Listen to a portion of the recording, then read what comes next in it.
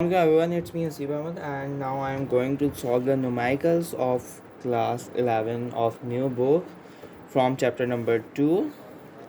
So बहुत ज़्यादा request आ रही थी तो फाइनली मैं इसे सॉल्व करने जा रहा हूँ.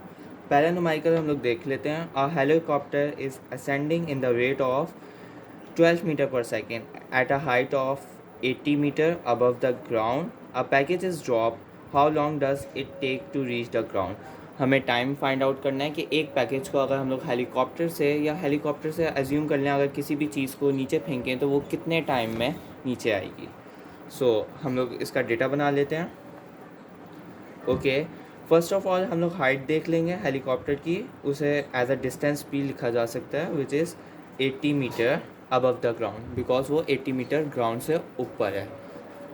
और अब हमें जो है उसका इनिशियल वेलोसिटी हमें गिवन है which is 12 metre per second, but we will take it -12 metre per second because वो जो हेलीकॉप्टर है वो हवा में उड़ रहा है, वो अगेंस्ट द ग्रेविटेशनल फोर्स है. So that's why we will use the minus sign.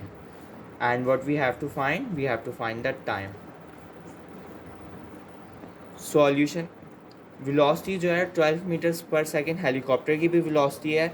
तो ऑब्वियसली जब ऊपर से कोई ऑब्जेक्ट या कोई चीज़ फॉल करेगी तो उसकी वेलोसिटी भी 12 मीटर पर सेकेंड ही होगी.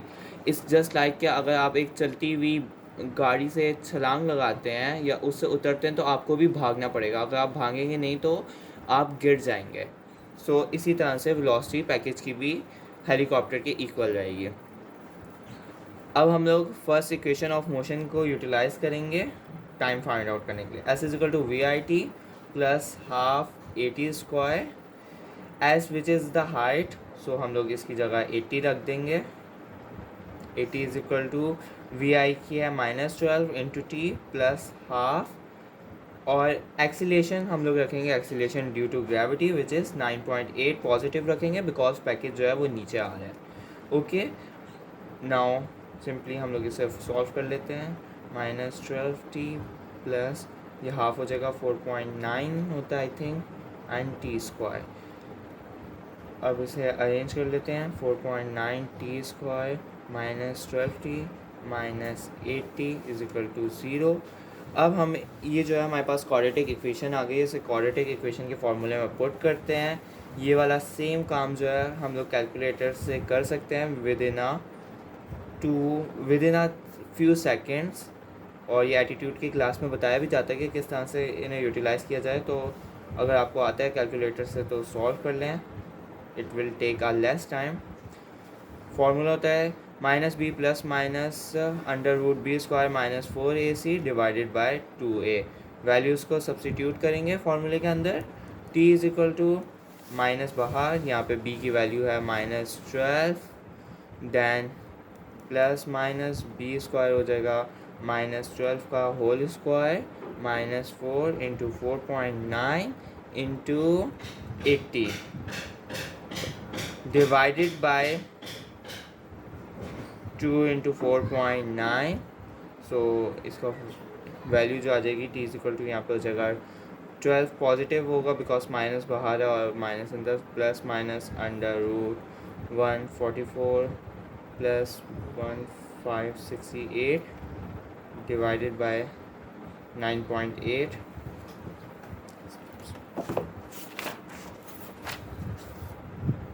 t is equal to 12 plus minus √1712 value calculate करने के बाद I then 9.8. We will take the value in a positive because distance जो है वो पॉजिटिव में होता है, कभी भी वो नेगेटिव में नहीं आता. तो हम लोग एक ही इक्वेशन को लेंगे पॉजिटिव की, that is t is equal to 12 plus root का कैंसिल होगा तो 41.37 हो जाएगा डिवाइडेड बाय 2 होगा. t is equal to 5.44 second हमारा आंसर आ गया. ओके, यही आंसर जो है बुक के अंदर का आंसर है 5.4 second. Now moving toward the question number 2, which is two buckboard are twinning a ship. Each exact a force of the 6,000 newtons and made an angle between the two rope is 60 degree. Calculate the resultant force on the ship. Basically ये question क्या है, इसको एक रफली diagram से समझते हैं। एक शिप जो है उसको दो टग स्पोर्ट्स जो है उससे ट्रेनिंग कर रही है।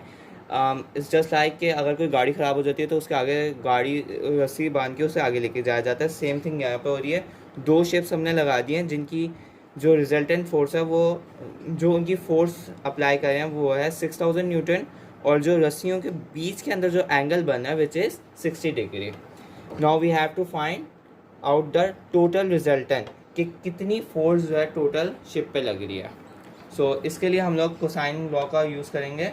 सॉल्यूशन, कोसाइन लॉ क्या होता है आप ऑलरेडी पढ़ चुके हैं प्रीवियस लेक्चर में, और अगर नहीं देखा तो आप जाके अभी चैनल में देख लें।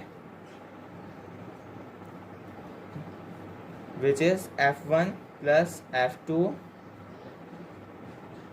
और F1 F2 होता है अंडर रूट F1 का स्क्वायर प्लस F2 का square plus 2F1 F2 cos theta. हमारे पास F1 की F1 जो है वो इक्वल है F2 के, बिकॉज दोनों शिप्स जो हैं वो सेम फोर्स अप्लाई कर रही हैं। और वो कितनी फोर्स अप्लाई कर रही है, which is equal to 6000 newton. They are forming an angle of 60 degree. Now simply we have to substitute the value in a formula, which is under root F1 का square plus F2 square plus 2 into F1 F2 cos theta. Now simply values को substitute करते हैं question के अंदर, which is equal to F1 is 6000 का whole square plus 6000 का whole square then plus 2 6000 then 6000 then cos theta cos 60। Simply अगर आप इसको, इतनी बहुत बड़ी कैलकुलेशन हो जाएगी तो जस्ट आप सिंपली इस पूरे को कैलकुलेटर में पुट करें और सॉल्व करें तो हमारे पास ये 3600 हो जाएगा, ये भी 3600 हो जाएगा, देन प्लस 2 ये हो जाएगा 2 इंटू 3600, और इन दोनों को प्लस कर देंगे तो 7 2 एंड 0 0 1 2 3 प्लस 2 इंटू 1 और ये हमारे पास जो होगा इसको प्लस करने के बाद हमारे पास आएगी अंडर रूट में value which is 10800 and I think कितने 5 zeros आएंगे, और ये हमारे पास आंसर आ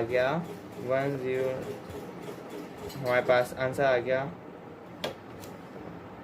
10,392 न्यूटन्स। आंसर क्या है 10,392 न्यूटन्स। ये रहा हमारा आंसर